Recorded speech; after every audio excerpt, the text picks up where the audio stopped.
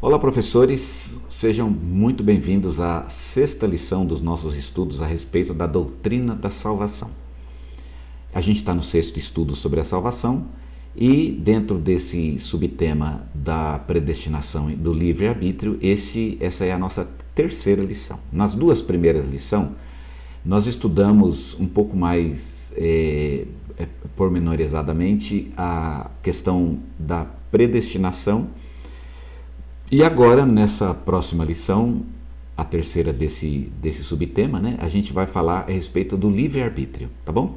Então, espero que vocês entendam, aprendam bem a lição, para que possam passar um conteúdo bem claro e bem edificante para os alunos. Vamos lá, então, predestinação, mas agora o outro lado da moeda, o livre-arbítrio. Bora lá? Como eu disse para vocês, essa é a sexta lição, e nós vamos estudar nela a questão da predestinação e do livre-arbítrio. O objetivo dessa lição é apresentar que a doutrina do livre-arbítrio ela é legitimamente bíblica, ela é bíblica, o que a torna uma doutrina legítima.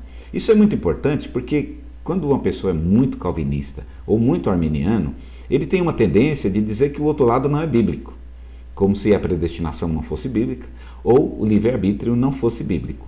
O que a gente está tentando mostrar é que ambas as doutrinas são bíblicas. Se elas têm alguma contradição, isso aí a gente vai ter que discutir.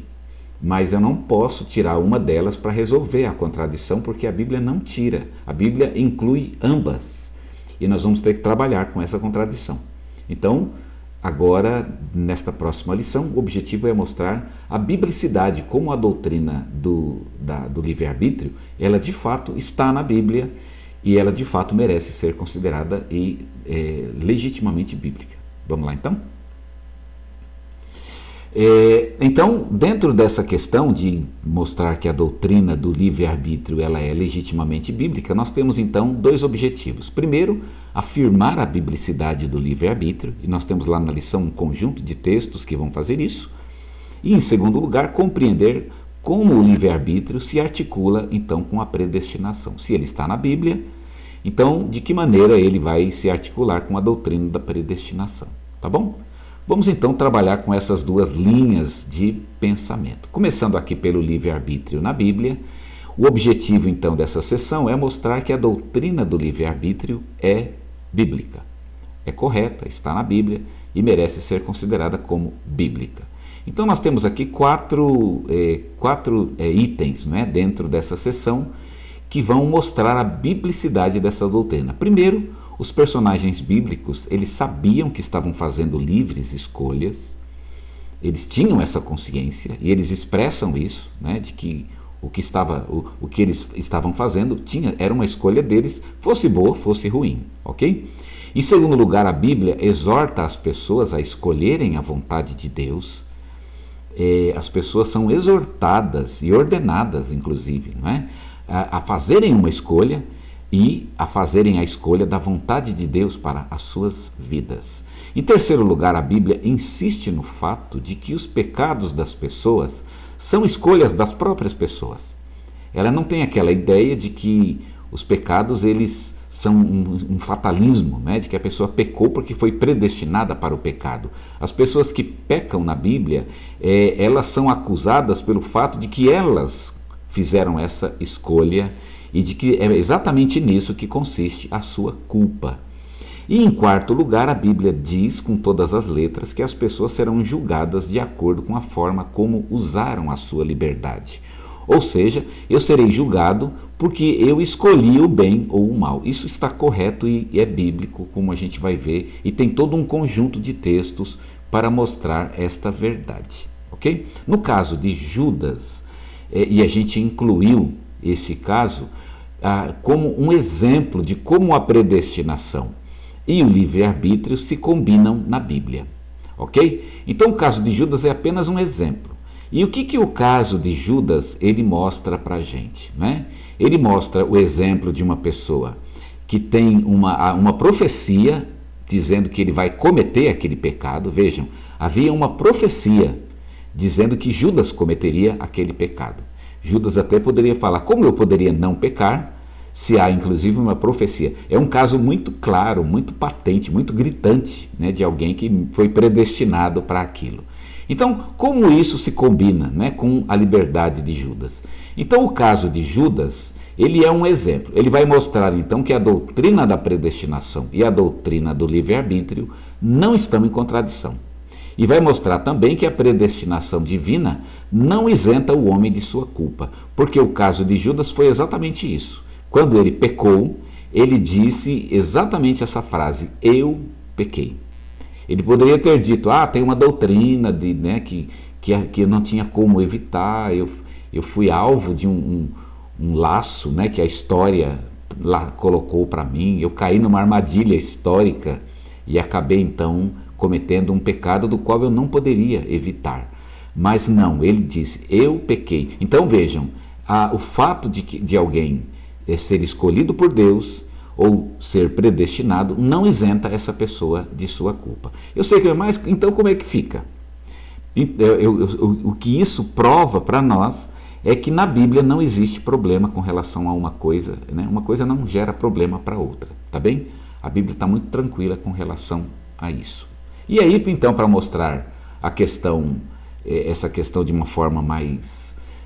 o caso de Judas é um caso bem exagerado, né? Mas nós temos, então, o ensino bíblico a respeito de como a liberdade humana se combina com a soberania de Deus. E aí tem todo um conjunto de textos. Nós escolhemos alguns, são muitos textos, né, na Bíblia, mas escolhemos ali alguns que vão mostrar como Deus escolhe e, ao mesmo tempo, como a pessoa tem que dar uma resposta. Então, o que a gente tem ali?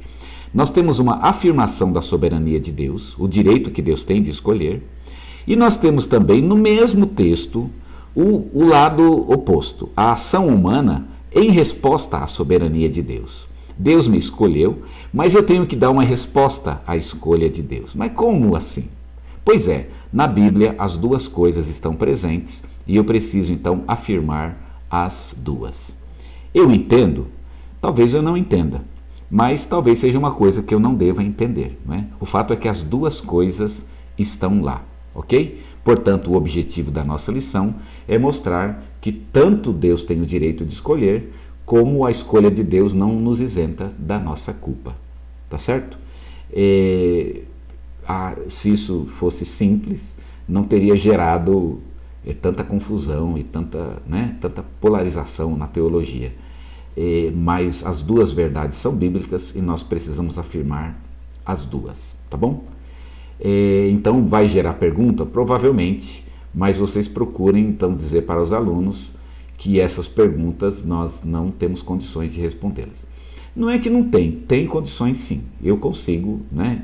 Mas não pela teologia. Eu consigo responder pela filosofia, talvez um dia, né? Não sei se isso cabe, eu pessoalmente não vejo necessidade disso, mas, tá certo?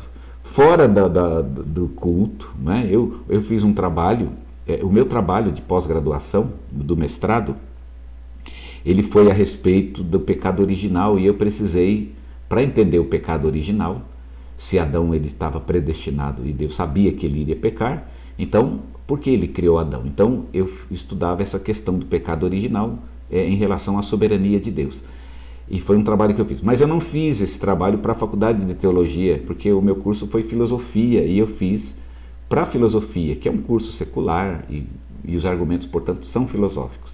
E eu estudei a doutrina de Agostinho com relação a isso. Então, é uma questão filosófica. Eu não respondi essa questão usando a Bíblia. Na Bíblia, realmente eu vi que existe ali uma contradição que eu não consigo resolver. De fato, a igreja não conseguiu resolver e é por isso que existe a divisão, né? Mas ambas são bíblicas de fato. E a resposta eu encontrei na filosofia. Não é uma resposta definitiva, como eu creio que não existe. Existem outras respostas. Existem filosofias que afirmam a contradição, não é? Mas eu encontrei uma, existem outras, inclusive, não foi só Agostinho, Leibniz deu uma resposta. Mas eu não acho que isso vale a pena, sinceramente. É uma resposta bonita. Um dia, num bate-papo, num churrasco, a gente pode até marcar um churrasco para conversar sobre isso. Um churrasco de professores, olha que ideia bacana, né? Para dar uma resposta filosófica, não mais bíblica e nem teológica, não é? mas que pelo menos é uma tentativa. Podemos até dar mais de uma, a de Leibniz, que é também muito interessante, mas não são respostas teológicas, tá bom? De qualquer maneira, a gente tem aqui o elemento do livre-arbítrio que está na Bíblia, e coloquem, e vamos então abaixar a cabeça e dizer: Senhor, eu realmente não entendo como as duas coisas se combinam, mas eu aceito, porque a palavra de Deus não vê dificuldade nenhuma, é eu que estou vendo a dificuldade. Na Bíblia é muito, como a gente está vendo, na Bíblia isso é muito tranquilo. Então, se é tranquilo na Bíblia, eu estou tranquilo também. Eu não vejo problema nenhum. E eu espero então que os nossos alunos também não vejam problema nenhum e fiquem muito tranquilos com isso. Eu não entendo, mas Deus entende e a Bíblia entende. Eu não entendo como é que a Bíblia entende, mas se a Bíblia está tranquila, então eu estou tranquilo também, né? Já viu quando os nossos pais estão tranquilos, com alguma dificuldade, a gente vê, né, é um grande problema. Mas os nossos pais estão tranquilos. Então, se eles estão tranquilos, as crianças ficam tranquilas. A tranquilidade dos pais é a tranquilidade das crianças. Então, se a Bíblia está tranquila, a gente fica tranquilo também. Amém? Deus abençoe vocês e tenham uma ótima aula no domingo.